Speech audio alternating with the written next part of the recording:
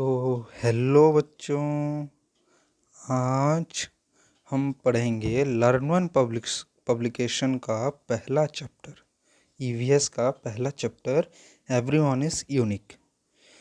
तो ये जो चैप्टर है ये क्लास 5 के ईवीएस बुक का फर्स्ट चैप्टर है, जो बुक है लर्न वन पब्लिकेशन का। और इस चैप्टर का इस बुक का जो पहला चैप्टर है वो है एवरीवन इज़ यूनिक। तो यहाँ पर हम पढ़ेंगे इस चैप्टर को। अभी हम शुरू करते हैं। We all grow with age. Growth is the process of increase in size. It is because of our growth that our shoes become tight, our clothes do not fit us, or the length of our trouser become short.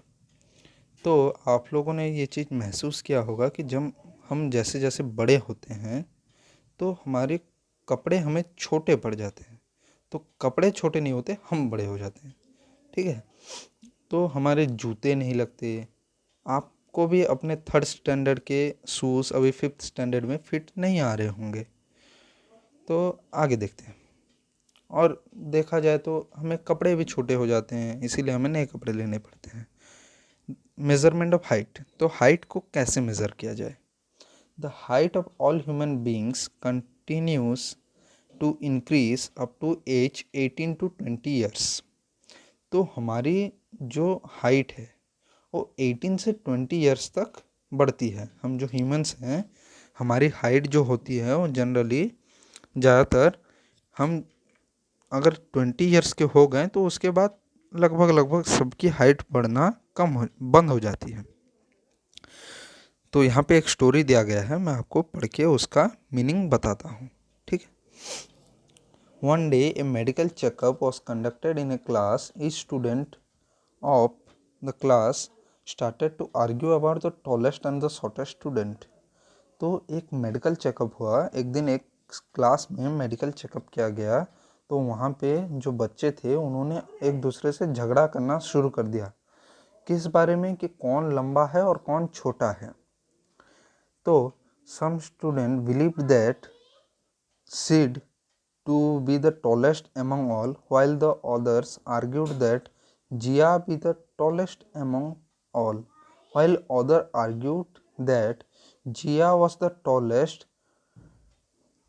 तो यहाँ पे हमने देखा कि कुछ बच्चे मान रहे हैं कि सिड जो लड़का है वो सबसे लंबा है। वहीं कुछ और भी बच्चे मान रहे हैं कि जो जिया है, जो लड़की जिया है, वो सबसे ज़्यादा टॉलेस्ट है। To solve their conflict a teacher came their rescue and taught them how to measure height in a proper way to find out who is tall and who is short. तो उन दोनों के बीच में झगड़ा हो गया, उन सब बच्चों के बीच में।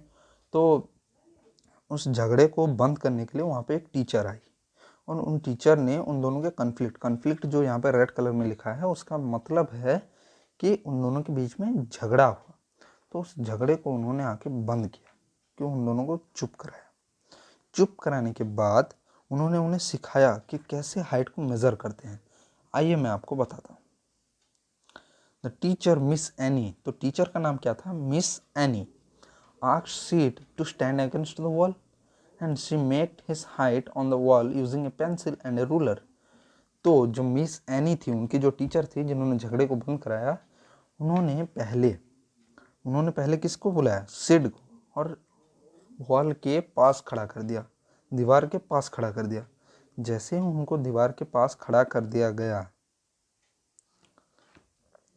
उन्होंने उसकी जो हाइट उसको एक पेंसिल और एक रूलर के हेल्प से मार्क कर दिया।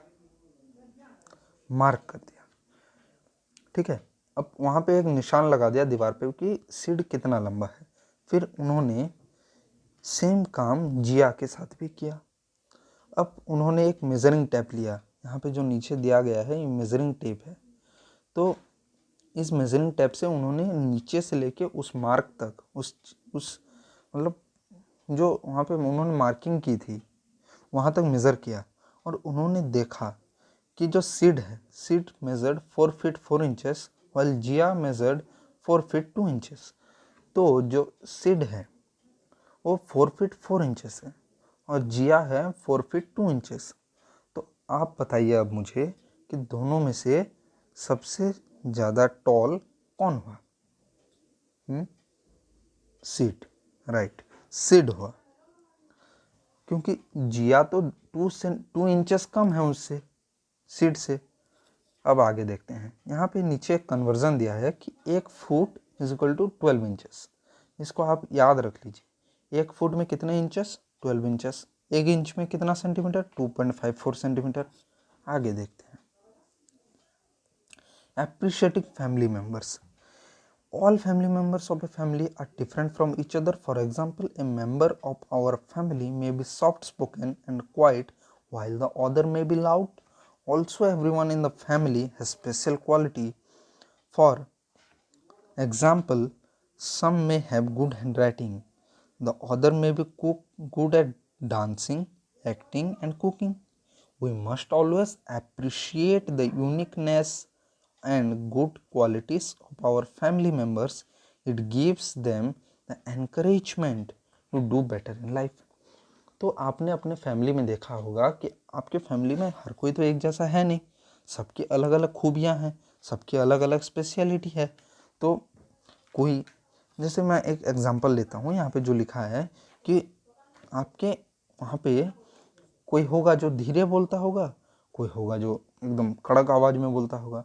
आपके पापा की वॉइस थोड़ी कड़क होगी, आपकी मम्मी की वॉइस थोड़ी सॉफ्ट होगी।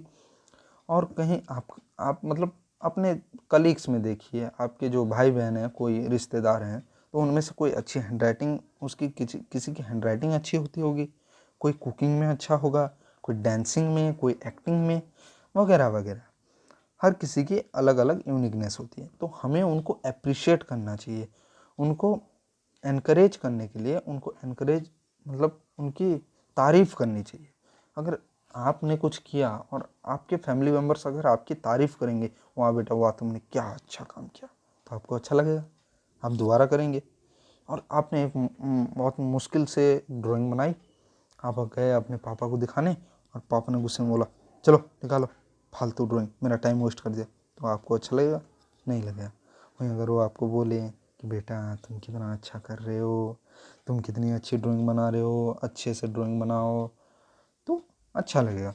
यहाँ पे मैं आपको पिक्चर दिखाता हूँ, एक फ़ोटो दिखाता हूँ जिसमें अप्रिशिएट किया जा रहा है। यहाँ पे देखो, एक लड़की है जो वायलिन बजा रही है, वायलिन उसके हाथ में है, और उसके जो पेरेंट्स हैं, उसके दादाजी हैं, उसको अप्रिशिएट कर रहे हैं कि वाह बेटा वाह तुम कितना अच्छा वायलिन बजा लेती हो। आगे देखते हैं, ऑब्जर्विंग इन्फेंट्स। तो ऑब्जर्विंग इन्फेंट्स मतलब छोटे बच्चों को ऑब्जर्व करेंगे, देखेंगे। You must have observed a small baby in your family और neighbourhood. A baby keep crying of the time, do you know why? आपने अपने घर में या आपने अपने पड़ोस में किसी न किसी बच्चे को देखा होगा, और आपने देखा होगा कि वो रोते हैं, पर वो रोते क्यों हैं? Why they cry? Why did they cry? It is because they can't talk. क्योंकि वो कुछ बोल नहीं सकते, वो बात नहीं कर सकते, इसीलिए वो रोते हैं।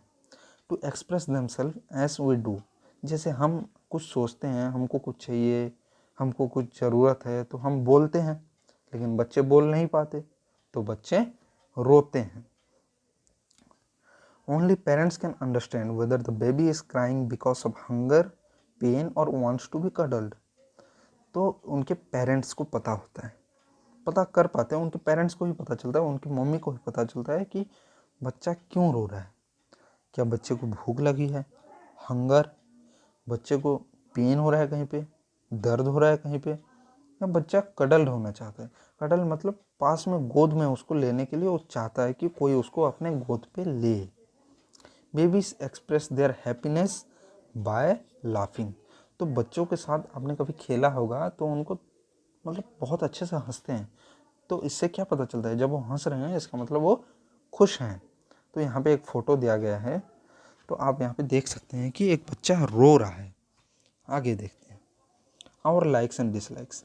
Every individual has different likes and dislikes.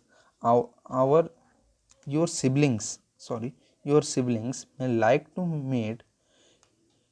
made Indian food while other like to eat Chinese food. तो आपका कोई भाई बहन होगा जिसको मतलब इंडियन फूड खाना अच्छा लगता होगा, जैसे हम खाते हैं राइस, चपाती, दाल, ये सब, और एक आप होंगे जिसको चाइनीज़ खाना अच्छा लगता होगा, बर्गर, चाउमीन, मंचूरियन वगैरह वगैरह. Your friends may like to eat chocolates but you may like to eat ice cream. आपका कोई दोस्त होगा जिसको चॉकलेट खाना अच्छा लगता होगा, तो आप होंगे आपको आइसक्रीम खाना अच्छा लगता होगा. अपनी अपनी इच्छा होती है, अपनी अपनी पसंद होती है. Our likes and dislikes greatly depend on the environment and people surrounding us. तो हमारे लाइक्स या डिसलाइक्स किस पर डिपेंड करते हैं, किस पर निर्भर है? हमारे जो लाइक्स और डिसलाइक हैं वो हमारे आसपास जैसे लोग हैं. हम देखिए, आप कोई एक चीज़ कभी नहीं खाए हैं ज़िंदगी में, तो क्या आप उसको उसके बारे में बोल सकते हैं कि ये चीज़ मुझे पसंद है, या इस चीज़ का स्वाद मुझे अच्छा लगता है, नहीं लगता है? आप नहीं बता पाएंगे क्योंकि आपने उस चीज़ को कभी टेस्ट किया ही नहीं है. For example, our food habits are often shaped by our family members and region we live to a great extent. Some people are vegetarian while others are non-vegetarian. Some people like smell of fish, mustard oil, egg, garlic and love to eat them, while the other do not like to smell. उसका smell ही उनको पसंद नहीं आता है और उनको खाना भी नहीं चाहते. तो मैं इसको बता रहा हूँ आपको कि हम जैसी जगह पे रहते हैं वैसे हमारे फूड स्टाइल हो जाता है. जैसे हम साउथ इंडिया में देखिए तो वहाँ पे इडली, वड़ा, सांभर, इमली की चटनी वहाँ पे बहुत फेमस है. वहाँ के लोग बहुत इमली खाते हैं. और आप देखे होंगे बहुत लोग वेजिटेरियन होते हैं, कुछ लोग नॉन वेजिटेरियन होते हैं. तो जो नॉन वेजिटेरियन होगा उसको स्मेल ऑफ फिश मतलब मछली की जो स्मेल होती है वो उसको बहुत अच्छा लगेगा. मस्टर्ड ऑयल का स्मेल अच्छा लगेगा और उसको खाने का उसका मन करेगा. जैसे गार्लिक हो गया, लहसुन हो गया.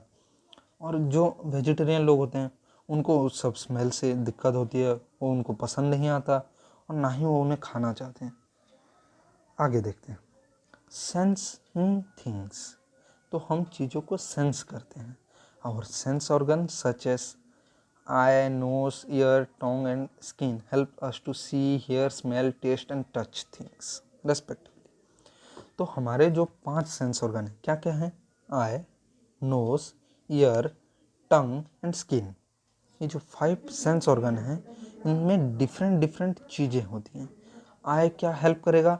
आई के मदद से हम देख सकते हैं, नोज से हम स्मेल करेंगे, ईयर से हम सुनेंगे, टंग से टेस्ट करेंगे, मस्त टेस्टी फूड, और स्किन से हम चीज़ों को पहचानते हैं. अगर आप सो रहे होंगे रात में और अगर आपको किसी मच्छर ने काटा तो आपका दूसरा हाथ जाके उसको मारा. कैसे पता चला कि आपको मच्छर ने काटा? क्योंकि आपकी स्किन एक सेंसिटिव चीज़ है. उसको आपको कोई भी टच करता है तो आपको पता चलता है कि कोई टच कर रहा है मुझे. The sense organs send information from surrounding to our brain through nerves and feeling something. The body parts respond according to the order the brain. You have already studied in the previous classes that there are some people who are unable to see or some of their body parts, but other body parts function properly and other senses of such people become sharper. The people are called differently abled. तो हम जो भी काम करते हैं, देखिए मैं जो मच्छर काटने की बात बोल रहा था, तो जैसे ही मच्छर ने काटा तो आपके स्किन से इंफॉर्मेशन गई ब्रेन में. किसके थ्रू? नर्व्स के थ्रू. ब्रेन में जाके ब्रेन ने ऑर्डर दिया दूसरे हाथ को ऑर्डर दिया कि जहाँ पे काट रहा है, राइट हैंड में काट रहा है, लेफ्ट हैंड को ऑर्डर दिया जा खींच के मार. लेफ्ट हैंड जाके राइट हैंड के उस पॉइंट पे मारा, उस जगह पे मारा और मच्छर ढेर हो गया, मर गया मच्छर. तो ऐसे कैसे होता है? जो हमारा ब्रेन होता है वो फंक्शन करता है. अगर हमारा ब्रेन फंक्शन नहीं करेगा तो ये चीज़ नहीं हो पाएगी. आपने देखा होगा कि बहुत लोगों के कुछ सेंस ऑर्गन काम नहीं कर रहे होते, जैसे कि कोई अंधा आदमी है तो उसको दिखाई नहीं देता, कोई डेफ है, बहरा है, उसको सुनाई नहीं देता। लेकिन इसके बारे में आपने प्रीवियस क्लासेस में पढ़ा होगा, आपने पिछले क्लासेस में पढ़ा होगा, पर यहाँ पे उनकी और जो बाकी सेंस ऑर्गन होती है वो काफ़ी शार्प हो जाती है। हम नॉर्मल लोगों के मुकाबले उनकी जो बाकी सेंस ऑर्गन होती है उस एक सेंस ऑर्गन को छोड़ के वो काफ़ी शार्प हो जाती है। मैं आपको एक फ़ोटो दिखाता हूँ यहाँ पे। ये देखिए, ये ब्रेली स्क्रिप्ट है। ये जो अंधे लोग होते हैं ये टच करके पढ़ते हैं अल्फ़ाबेट्स को। आगे देखते हैं, फीलिंग टू रीड। हाँ, इसके बारे में मैं बता रहा था आपको। Blind people have sharp sense of touch. मैं अभी बोल रहा था उनके दूसरे सेंस ऑर्गन काफ़ी शार्प हो जाते हैं, तो उनमें से एक है टच।